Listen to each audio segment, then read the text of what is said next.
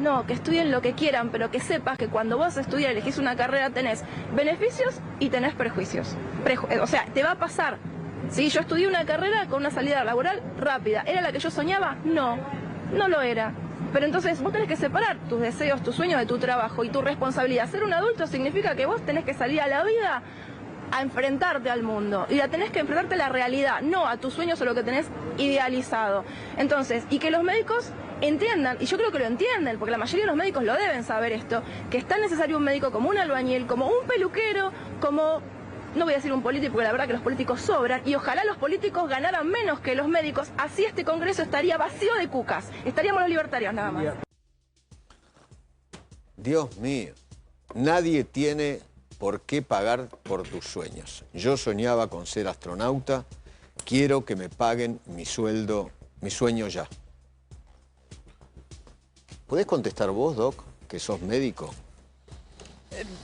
Un poco de respeto me parece que es lo que necesita hoy la sociedad en cuanto a la libertad de elección. Uno elige una carrera no para morirse de hambre, sino para poder dar un servicio a la sociedad y sobrevivir o vivir decorosamente con esa carrera.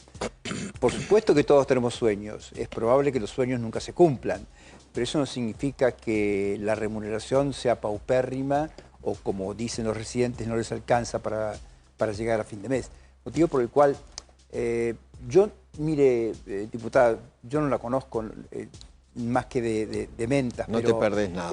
Bueno, eso es... no te perdés nada. Pero digo, es probable que el mundo pueda sobrevivir, y perdone por esto, sin peluqueros o sin albañiles. Ahora, sin médicos, me parece que los chiquitos con cáncer van a terminar reprochándole a usted esta historia de que pretenda que los médicos pueden ser, sobran en la sociedad o eventualmente puedan ser sustituidos por. Sí. La inteligencia artificial todavía no reemplaza al médico y ni lo va a hacer nunca. Así que poco más de respeto es todo, no mucho más que esto, sí. Pero me parece que esas comparaciones no sirven, la verdad que no sirven. Sí, no, dale, Nico. No, yo creo que quien tendría que frenar esto es Milei. Porque ayer a las diputadas Santillán, que mostró los papeles, Milei de algún modo la avaló, ¿no? Sí, la avaló, pero la avala con un cuadro donde el mismo cuadro, claro, por eso, dice que estuvo equivocada.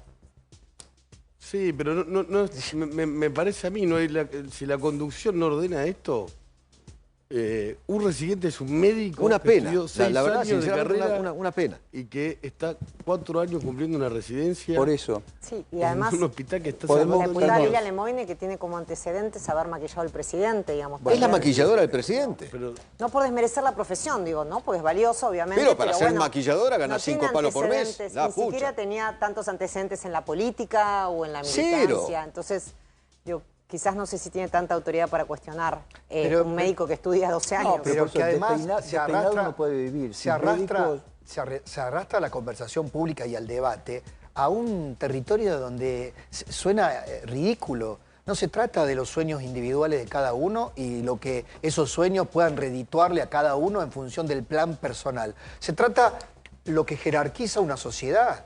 Si una sociedad decide jerarquizar determinados lugares estratégicos y el Estado y la sociedad y el contrato social decide que sea así. No es a la buena de Dios que se le ocurrió al mercado que un residente gane 900.000 pesos. O sea, quieren reducir a la teoría liberal libertaria la vida misma y es un poquito más complejo que eso. Es un poquito más complejo que eso. O sea, el propio Milei pasó de detestar al Estado a tener que administrar el Estado. Entonces, está muy lindo gobernar con consigna, la motosierra, pero después tenés que aplicar bisturí con inteligencia. Obviamente. Esta diputada defiende los lineamientos libertarios del presidente. ¿Sí o no? Sí, defiende al presidente. El presidente suele decir en su frase de liberalismo, habla del respeto irrestricto del proyecto de vida del prójimo. ¿Sí o no? Sí, claro. Frase de Alberto Venegas y Lynch, hijo. Exactamente. Concepto horrible. Y entonces, diputada, ¿dónde está su su respeto irrestricto, ¿no?, de ese prójimo que es o que son los médicos residentes del Garrahan. ¿Dónde está? ¿Me dejas agregar Sí. una sola cosa, Eduardo? Porque también tiene que ver con el sentido común. Cuando una persona, un mamá o papá o ambos, llevan su chiquito al médico, se fijan si el médico se formó en el Garrahan o no, ¿eh? No es lo mismo. Claro. Si se formó en el Gutiérrez, en el Elizalde o en el Garrahan, tiene cierta garantía de calidad de formación. Después la calidad humana es diferente, pero mire, le voy a decir una cosa. En los pediatras, y con esto termino, los pediatras, el 80% de los chicos que tienen son sanos, afortunadamente. Pero hay que saber cuándo llega el paciente que corresponde al 20% de chicos enfermos. Y para eso hay que formarse en el Garrahan. No hay otra forma, no hay alternativa. Digamos, las alternativas son pocas en la Argentina. Por ese motivo es indispensable que esto se sostenga, porque si no los pediatras van a perder calidad y van a perder eventualmente sucesivas camadas de gente calificada. Es Y que esto no es bueno. Claudio, Eduardo, a todos. El otro día charlando con Carlos Regazzoni, él planteaba que numérico, ¿no? Ustedes lo saben mejor que nadie. Digo, aquellos que han estado del lado de administrar la salud pública, en algún cargo, en algún momento, y como médicos además.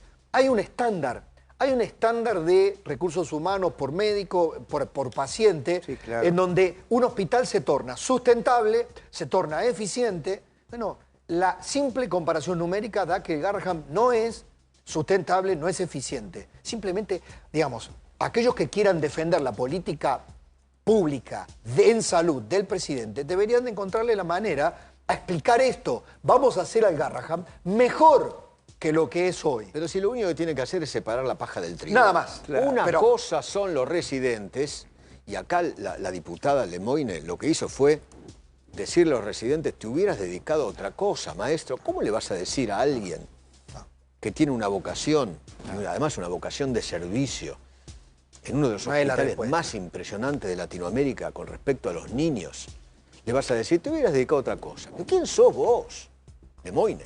¿Quién sos? Yo lo único que espero de la diputada Lemoina que se arrepienta de eso, por lo menos diga, la verdad me fui al carajo, la verdad, mil disculpas, sobre los residentes no tengo que decir eso. Después hablamos de los sindicatos, sí, son una porquería, sí, son una porquería. Hacen política, sí. Metieron militantes en todos los hospitales, en todos los organismos públicos, sí, claro que sí. Pero separen la paja del trigo. Una cosa son los médicos residentes, otra cosa es otra cosa. Totalmente.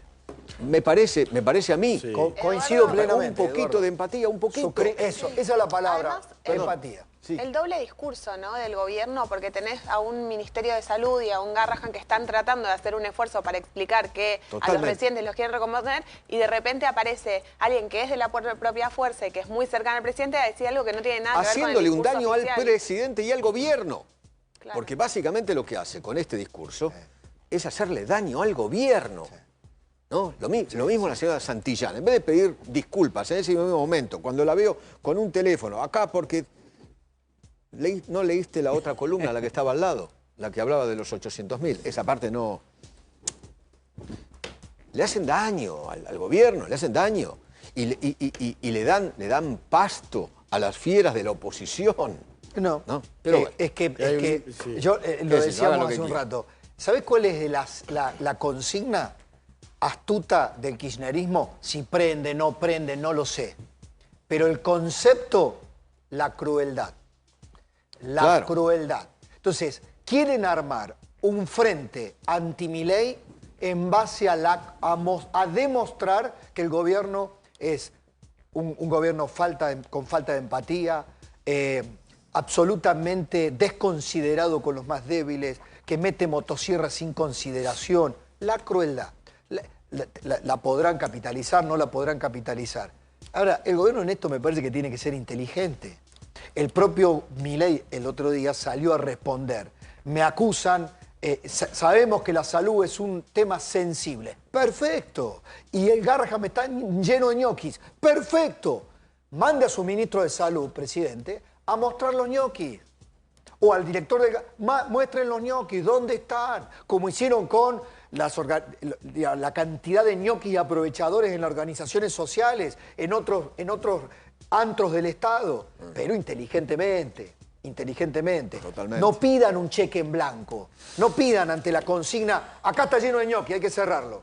Lo mismo pasa con los discapacitados, ¿no? Claro, lo mismo con los discapacitados. No hubo tampoco un pedido de disculpas. Hubo un abuso por parte del kirchnerismo, acá hablo en parte porque llegué a conocer, hubo un abuso del kirchnerismo administrativo, político, populista, con la cuestión de los subsidios a los discapacitados. Pero claro por que supuesto. sí, pero por supuesto. Y hubo un negocio también. Y hubo un negocio. Y eso también lo contamos, lo mostramos. Mil veces. Pero una cosa es eso y otra cosa es el chiquito Ian Molle, de 12 años. Aunque... Pero la verdad, claro. la verdad, presidente Milei, lo invito a que lo conozca a Ian. Es un chiquito, usted se enamoraría de ese chiquito, dulce, inteligente. Usted puede creer sinceramente que él es su principal opositor, un chiquito autista con 12 años. No, presidente, quien le haya contado eso es un idiota, solamente un idiota. Yo ese chiquito fui el primero que lo entrevisté. Lo entrevisté cuando estaba en el otro canal. Y aún cuando, Eduardo... Una cosa, de una inteligencia ese chico. Perdóname, aún aunque sus padres militen para el kirchnerismo o lo que sea... Es que no es verdad. Suponete que es fuera que no es verdad. Pero bueno, supongamos que fuera Me haces verdad. enojar. Pará. No es verdad. No te la agarré conmigo. Pero no es verdad. Pero te estoy dando un si lo ejemplo. tirás así, porque Pero supuestamente... Pará, te estoy dando un ejemplo. No se pelee. Estoy diciendo un ejemplo. Aún cuando los padres militaran para el kirchnerismo, que es lo que algunos idiotas le dijeron, ¿cuál es el tema con el chiquito? Sí. No tenés que separar la paja del trigo también. Empatía con una criatura. Por favor. Bueno, el kirchnerismo no es tan eficaz para hacer una operación así tampoco. Claro, por favor. Por eso le sugiero, presidente, conózcalo, llámelo. El otro día estuvo con otro chiquito en su despacho, otro chiquito divino que llevó Robertito Funes, ¿no? Que lo quería conocer a usted. Hermoso el chiquito. Sé que Ian se muere por conocerlo, presidente. Y no sabe lo inteligente que es. Recíbalo. Hágame caso. Recíbalo. Ese chiquito no es su opositor. Y los discapacitados tampoco son opositores de usted. Porque los discapacitados vienen reclamando. Obvio. Hasta en el gobierno anterior y en el anterior y en el anterior. ¿Sabe la cantidad de notas que hicimos con la gente discapacitada? En el canal anterior, en el otro anterior. Y con aquellos que tienen, por ejemplo, sus reclamos que prestan servicios a discapacitados. También. Pero bueno, qué sé yo. El tema, Eduardo, es cuando el gobierno empieza a rodearse de gente que ve en cualquier crítica un enemigo. Claro, en cualquier señalamiento un opositor. Entonces, cuando los gobiernos empiezan con la paranoia de que la mínima crítica es un enfrentamiento a muerte, comienzan a perderse. Los gobiernos, cualquier gobierno, comienza a perderse. Pero una pena. Sí, La claro. verdad es una pena. Yo suscribo con vos esta advertencia. Separen la paja del trigo. Tengan la capacidad de la empatía, que a la vez es inteligencia. Pero claro. No aplaudan cualquier verdugueo de cualquiera de los propios hacia un tercero. Ahí en el gobierno hay gente inteligente. No permitan que, la actitud en banda, en masa, ¿viste? Típica actitud de patota, uno va y golpea a uno y van todos porque hay que golpear al que golpeó mi compañero. Hay que defenderlo al presidente. Entonces, cualquier crítica, vamos en masa a pelear contra los que pelean contra el presidente. No es así, Pero bueno.